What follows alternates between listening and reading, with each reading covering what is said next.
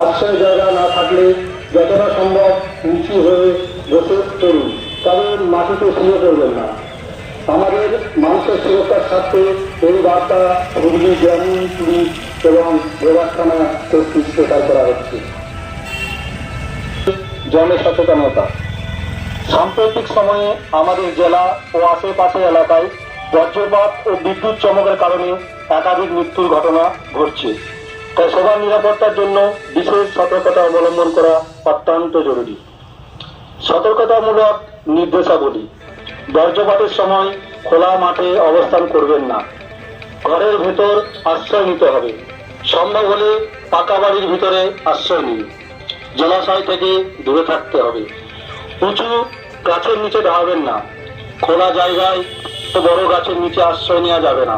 গাছ থেকে কমপক্ষে 13 ফুট দূরে থাকতে হবে।